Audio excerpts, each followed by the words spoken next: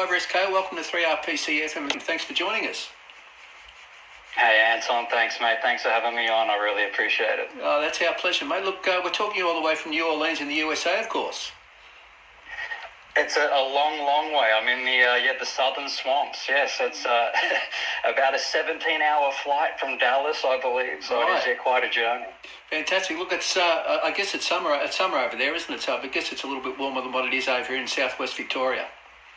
It's serious over here. You're sort of early 30s with a humidity of 95, 96%, sort of the norm for 3 months of summer. Yeah. So it's pretty full on, without, of course, the wonderful Australian beaches to take the edge off. You just have to look at the Mississippi River and hope you can catch a breeze. Yeah, look, I woke up this morning here in Warrnambool, southwest Victoria, 1.1 degrees, mate. So you got a bit warmer over there.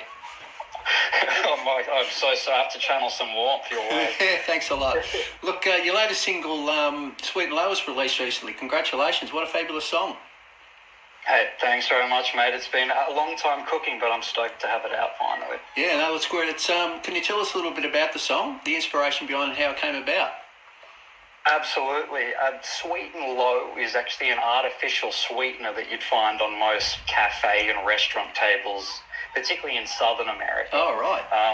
And so it's something just a term you heard quite a bit. People would say, pass the sweet and low, or give us the sweet and low. And it kept catching in my head. And I had this little chorus of the song that went, ba-da, ba, ba-da, ba. And I was just sort of messing around with words, and it's sweet and it's low. It just popped in perfectly for the phrasing. And then the song itself, I probably chased the chords and the feeling of that for maybe 4 or 5 years. That's been kicking around. Yeah. It's sort of, as you hear it now, it's almost a Motown soul song. It's got those sort of vibes. Yeah, it's a little bit absolutely, more stripped back. Yeah. But it started out as almost a ZZ Top thing. It's had like a driving bass and drums, and I was kind of picturing Billy Gibbons and like a 3-piece blues rock thing, but it slowly morphed into this acoustic blues soul piece that it is now. Yeah, no, look, it's absolutely fantastic. Look, I read somewhere where you sound described this, and I'll read this out, if you don't mind. Having a deep groove running through a bare bones approach with reggae, soul and rock vying for their moment in a bevy of blues. I think that's a pretty apt description. It's funny, isn't it? Particularly moving to New Orleans, you feel that connection between the Caribbean and particularly the roots of music. I mean, there's a Cuban rhythm called A La Ba, which is A La Ba, A La Ba, and that was transferred to 40s and 50s to bum, bum, bum, bum, bum. Your mama don't dance and your papa don't rock and roll, and all of that 50s stuff. So there's a Fats Domino song called Be My Guest, which is almost prototype ska, prototype reggae that was huge in Jamaica. Right. And so there's a real connection between the two, particularly Jamaica, Puerto Rico and Cuba too, and New Orleans. And so suddenly you just find reggae popping into your stuff. Right. On my last album, one of the tracks I've had was pretty much outright reggae, which was a little bit of a leap, but it's gone full circle now. I'm actually working on an instrumental reggae album, which might be the next thing I do. So, yeah, great. Yeah, look, you're a multi-instrumentalist, of course. In addition to your vocals, you play all the instruments on your releases. Guitars, drums, bass, percussion, you name it, Ivor S.K. plays it. It's one of those things, isn't it? I started on drums. Drums from the age of 2 or 3. I was absolutely infatuated. At the age 2 or 3? Age of 2 or 3, and I think even now I can walk into a music shop and see the lights hitting the cymbals on a drum kit, and it's just something magical about it. Fantastic. So exactly, and it's I think that kind of underpinned a lot of what I did. So when I moved on to guitar and anything else, and even working on vocals and phrasing, the drums were always a part of practice and a part of what I did. Right. And so once I transferred to guitar and I could start composing harmonically and melodically, those two started to mess around. And I think it just came out of, I had these song ideas in my head. I was 13 or 14, and I had to get them out onto something. So you'd force yourself to sit down and play everything. Right. And I think always with the plan of hiring people to play down the road, but I think something about the solitude of it, just sitting there and seeing what works and almost working with your limitations, just sort of helps sets the boundaries for what you can create. Yeah, no, it looked fantastic. Look, I know your previous album, the album Montserrat, was released back in 2017. That's quite a long time between records. Now, am I right in saying that COVID was one of the reasons why the gap between records actually occurred? It absolutely was. Thought so. Ironically, the album's probably been finished for about a year now. Right. So I've just been waiting for the right time to put it out, and just making sure the world was relatively normal before I put it back out there, because it would have been such a shame to head back to Oz and not be able to do shows behind it or anything like that. Yeah. But you're quite right. COVID definitely stuck in there, and I've got to say, to be honest, too, moving to New Orleans initially and having to play around the city, you just saw the level of musicianship, and I was immediately scared. I just got off the plane, so I need to sit in the practice room and just... Right. Not that writing stopped, and you were always putting ideas away, but I'd say for the first couple of years, I definitely concentrated as much as I could anyway on just getting as much time on the fretboard. Because the acoustic thing I do now, I tend to play solo. Is quite new. I've only started doing that when I released my first EP in 2016, Delta Pines. Right. So up until that point, I played electric guitar in bands generally.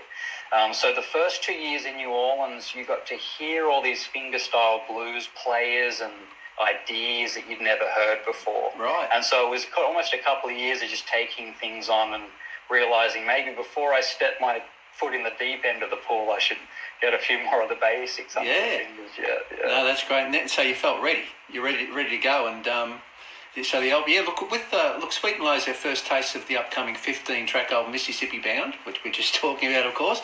It's slated for release later in the year. You must be really looking forward to the album's release. I cannot wait. It's looking probably end of September, early October at the minute. Right. We're probably going to finalise that in the next couple of weeks. But I cannot wait. It's been sort of on the back burner, like I said, Sweet and Low. The song's been kicking in the back of the subconscious for 4 or 5 years, and the album's quite similar. Yep. Most of those have been written just before I moved to New Orleans or since I've been here. Yep. So this is probably the heaviest New Orleans influenced album. Again, going back to reggae, the title track off the album, Mississippi Bound, is essentially a ska song. Right. So I've got another straight out reggae song in there too. So it's going to be nice to get those different flavours out there. Yeah, look, and the actual title, Mississippi Bound, I think I've got a reasonable idea how they came about, but if you can explain that to us, it's a great title. Absolutely. Well, I live in Louisiana, New Orleans, and right next door, probably 45 minutes, is the nearest place I can cross the border over into Mississippi. So coming to New Orleans as an acoustic blues player, there's not that there's no acoustic blues scene, but it's a little bit smaller here. You've got jazz, funk, reggae, rock and roll, death metal, rap. You've pretty much whatever flavour of music you want in New Orleans, you can sample it. But initially my manager took me over to Mississippi quite a bit. You travel up to the Delta, which is only about 4 or 5 hours from New Orleans. And so I just found myself, particularly the first couple of years, we were just always Mississippi bound. Even my first EP, Delta Pines, that's because when you ride over these highways up to the Delta, you'll go for hundreds of miles where it's just these sweeping pines on either side of you, 100 feet high in the Delta. Mississippi became just one of the well-beaten paths once we got here. Yeah, great stuff. Look, you're originally from Sydney, of course, and I believe listening to your parents' blues and rock and roll record collection from a young age was a major influence behind you becoming a muso, deciding that was your cause in life. You couldn't be more right, exactly. In my first 2 albums, I thank Mum and Dad expressly in the EP and Montserrat because it was probably my earliest memory of music is a Little Richard album, a Little Richard CD that my mum had. Fantastic. It was a little blues CD that was I think a remaster, but things like Lucille and Good Golly Miss Molly, Long Tall Sally. Right. Even though it's maybe not technically classed as blues, it was rock and roll, harmonically speaking, and the chord changes. it's just souped up blues. Fantastic, yeah. So yeah, one of that album in particular was just, my parents definitely put the stamp on it there. Yeah. Great. Look, I believe your first band was called Mad Dog. Now, how cool a name is that for a band? Mad Dog, fantastic. Look, can you tell us a little bit about Mad Dog and what those early days were like for Ivor S.K? Absolutely, yeah. Mad Dog came from, my best mate was Matt McGill, and right. his middle name, Mad Dog. Right. So that always, he was Mad Dog McGill when we were little kids, and it always stuck with me. Yeah. And also Johnny Winter's been a big influence. And he had a song called Mad Dog. So I got a little blues trio together as I was sort of finishing up high school.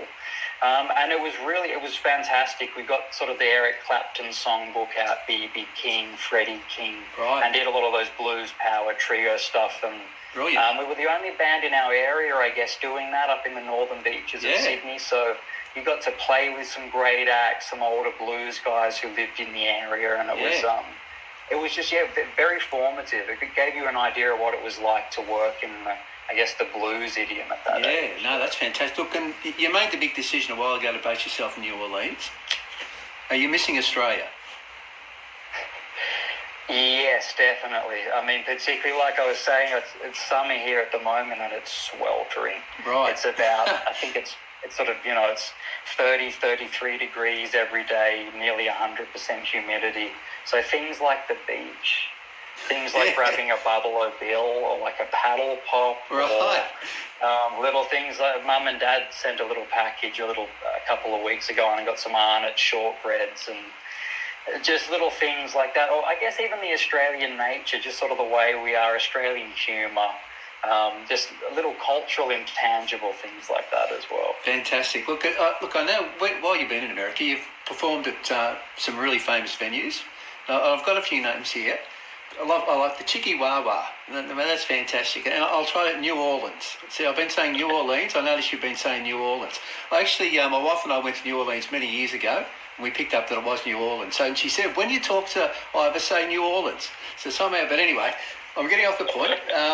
So the Chiquiwawa in New Orleans, Mississippi Delta's Ground Zero Blues Club as well. Look, and also some artists, pretty incredible artists you've supported as well. And I'll read through them. John Cleary, Elvin Youngblood Hart, Smokey Greenwell, John Folt and Tom McDermott, to name a few. What's it been like supporting artists of this calibre and playing at those sort of venues? Must be fantastic. Almost surreal. I still think now, even sort of a few years since then, it's a few years since I've been doing that, it still feels like it's almost not me there. Right. It may take a few years to realise that it was me. Yeah. But it was, seeing, particularly for John Cleary. John Cleary's lived here for 35 years. Right. And particularly in the wake of Dr. John dying, he's the king of piano. He's the New Orleans piano king and that lineage of piano players here. And so when he plays Chiquiwawa, which is an incredibly storied venue down here, and it's a beautiful listening room, to him that must be like a corner bar. He's probably seen that place be 5 different businesses since he lived here. Yeah. So, but watching him turn up, the professionalism, even at what would, for someone like John Cleary, be quite a small gig, that was a huge thing. I think just seeing how everyone carried themselves and prepared for shows, even if he was playing to 8 or 9 people, the preparation didn't change from if there was people backed out the door. Right. So it was just seeing how those guys carried themselves, and Dale, the guy who ran Chiquiwawa, seeing how he sort of conducted the business. It was a fantastic one. Yeah, great stuff. Look, now before we let you go, we need to talk about the upcoming shows in Australia later this year. You must be really looking forward to coming to Australia to do the shows. Now, I know you said you're missing Australia, we know that, but you must be really looking forward to coming back and playing as well.